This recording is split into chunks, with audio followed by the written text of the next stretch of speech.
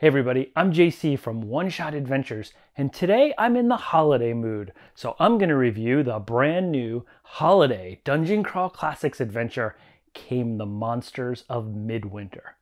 I love that Goodman Games releases holiday-themed modules every year. They make for the perfect reason to call up your friends and say, hey, let's do something a little special this time around this year.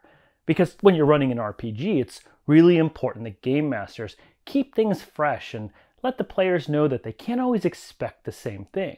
And I think that holiday modules are a fun, lighthearted way to do that. The premise of Came the Monsters of Midwinter is actually pretty simple. The small holiday town of Starnotch is shaken when crazy half-animal cultist hoodlums suddenly attack the town's very special temple.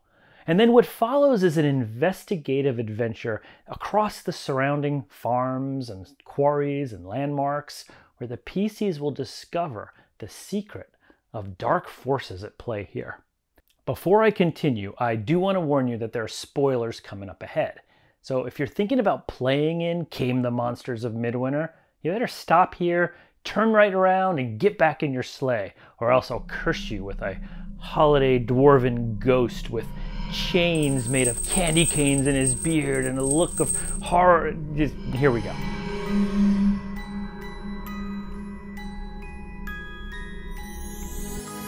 Came the Monsters of Midwinter is a second-level adventure for Dungeon Crawl Classics, but you'll see it's actually pretty easy to port to any other kind of fantasy system you like.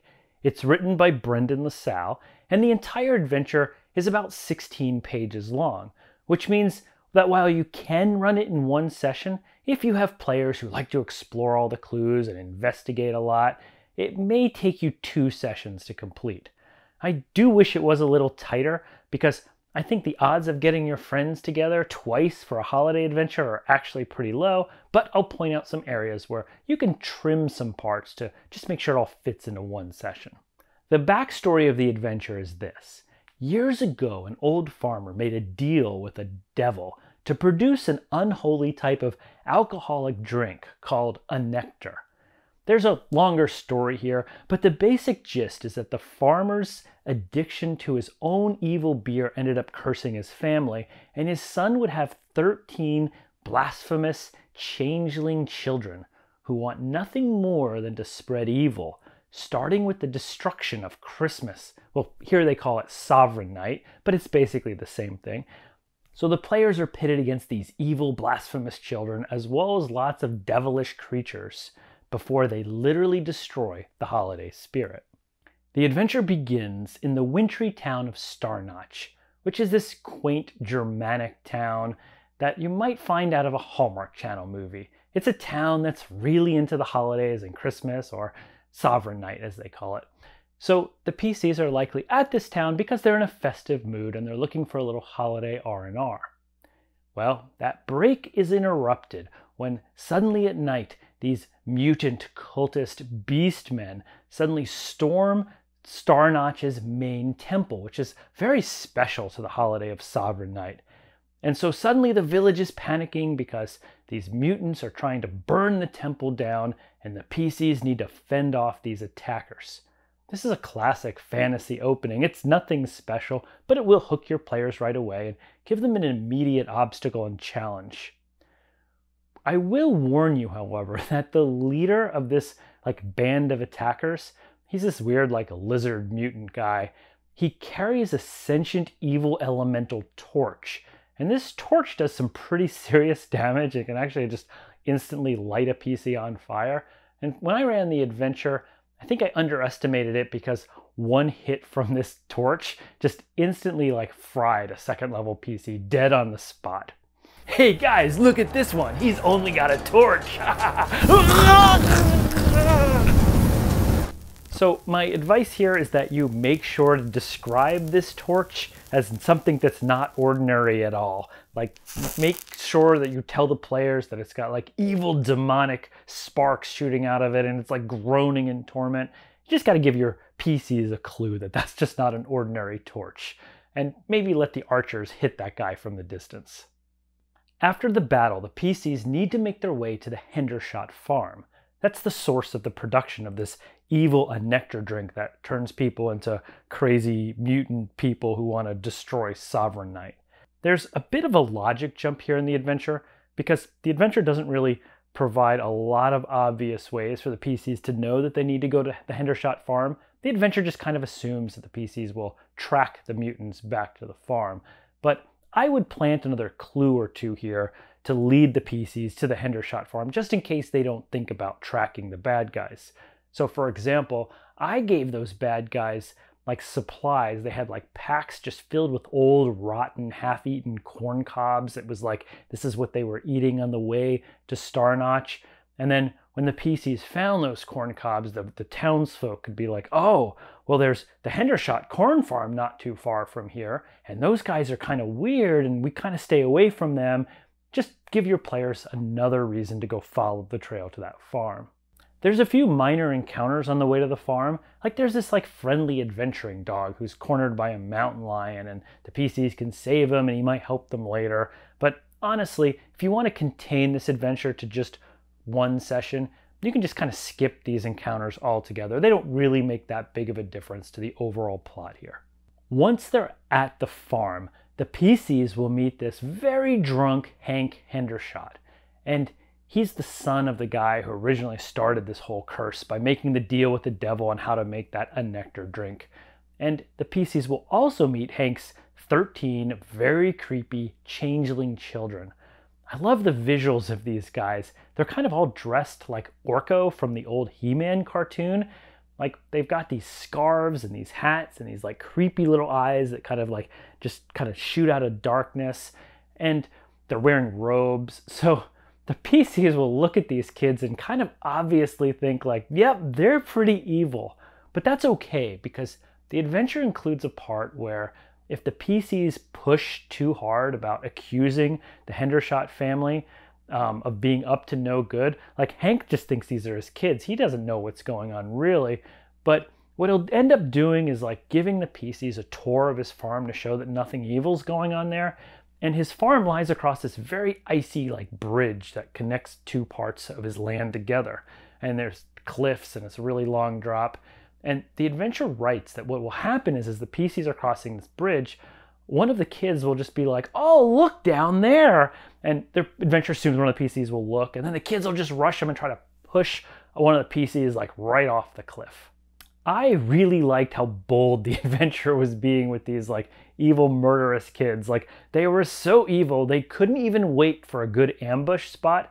They just decided to like kill the PCs right away by pushing them off cliffs. Like that's really fun.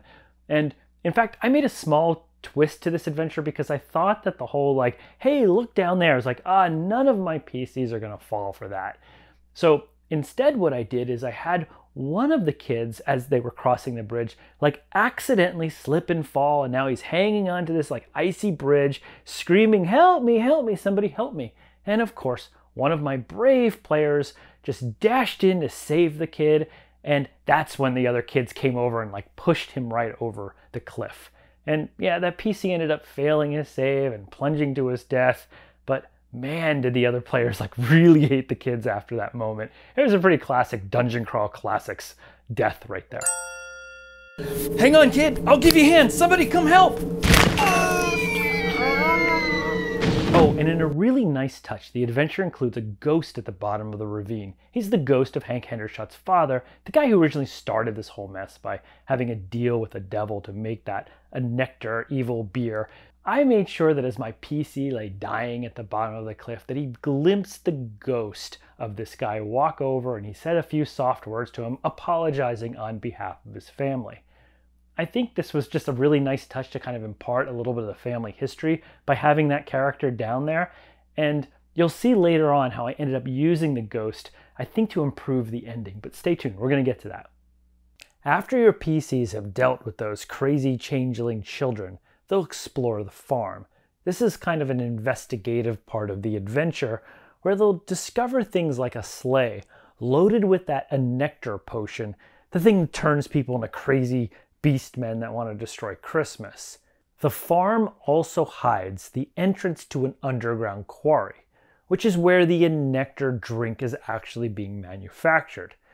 The quarry is basically a small 9-room dungeon, and I will say that this dungeon is actually really dangerous because of the monsters that are inside of it. It's occupied by several devil kind of creatures, including one named Charlissa, who's this devil that will jump out right away and attack the players as soon as they climb down the ladder to this quarry. And to be honest, I sort of had a problem with Charlissa because he was this really powerful devil. He had 30 hit points, he did a lot of damage, he could paralyze players in one hit. He also was immune to most magic and could geas players so that if they even were around him, they would never ever want to leave these mountains ever again. And I just thought this was a really nasty surprise to the players, so I pushed Charlissa further into the dungeon. To be honest, I think I felt bad after the ice bridge trick.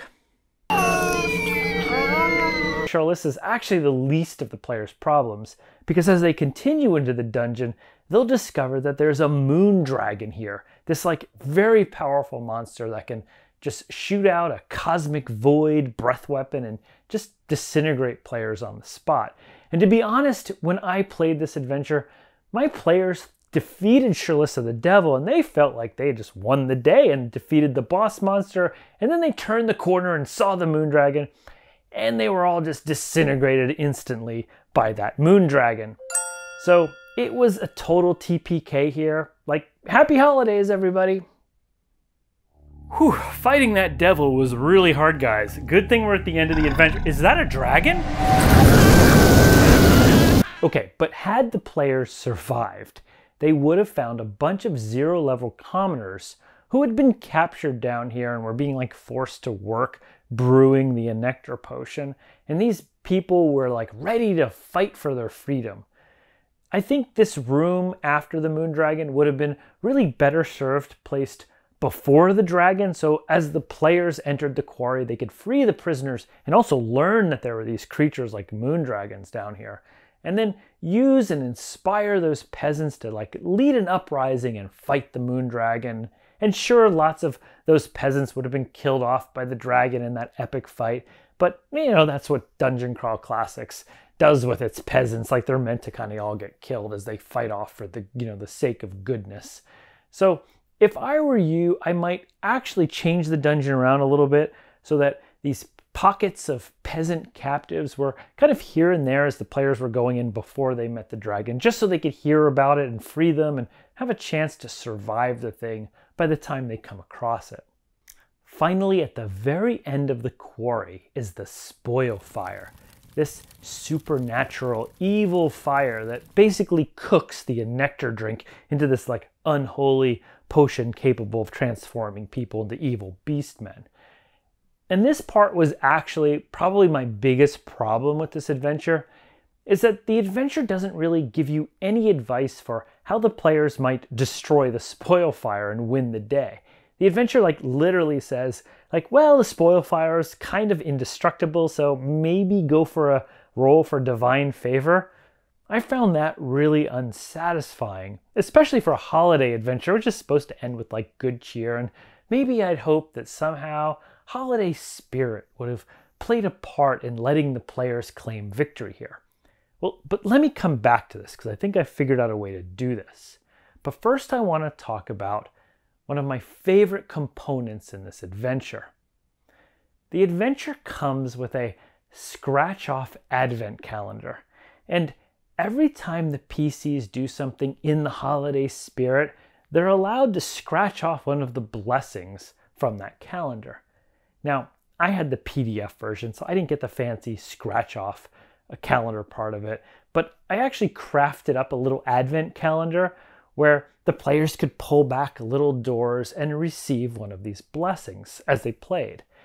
Now, as written, these blessings are kind of like minor advantages over the course of the game. Things like +1 damage or some bonus luck, or even a guarantee of like a cool tool or a magical item in the next encounter.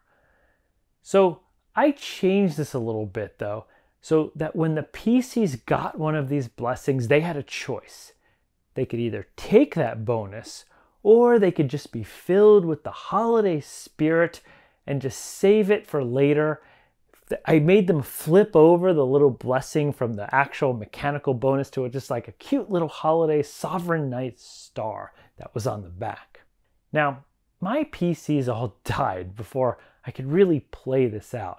But what I was going to do was, when the PCs got to the end of the adventure and saw the evil spoil fire, I'd have the ghost of the old Hendershot father appear. And he would tell the PCs that he was really sorry for the deal that he had struck with the devil, and that only those filled with the true spirit of Sovereign Knight could destroy the spoil fire. And then I told the PCs that they could add up all those blessings that they never cashed in and join the ghost in holiday song and roll some percentile dice. Each blessing they didn't use basically gave them a 10% chance of destroying the spoil fire. Again, I didn't actually get to play this out in action because my players all died, but I really liked the idea that the PC's selflessness and holiday spirit would be the key to winning this entire adventure. So anyway, if you like this idea, this is my gift to you, my fellow Dungeon Crawl Classics GMs. Give it a try, and if it works or doesn't work, let me know in the comments below. Okay, so what did I think of Came the Monsters of Midwinter? Overall, I thought it was a pretty solid Dungeon Crawl Classics adventure. I liked that it had some exploration, some role-playing, and some tough combat challenges along the way. Although I think the author went a little bit overboard when he decided to include a moon dragon in the quarry. Brendan, were you enjoying some hot buttered rum when you came up with that idea? I also thought that this adventure could have been a little tighter, but if you as a GM are willing to cut some of those side quests and maybe shrink that final dungeon down by a few rooms, I think you can easily make it fit into a single 4-hour session. But overall, I would say if you're looking for a special holiday adventure, you can do pretty well by calling up your players, turning on the fireplace, grabbing some eggnog, and telling your players to come on over because they're going to have a good time with Came the Monsters of Midwinter. If you enjoyed this video and you want to see more like it, then please don't forget to like and subscribe. But until next time, I'm JC, and just remember, if 13 evil children dressed like Orko tell you to check out something off the side of the cliff, just back away slowly and draw your sword.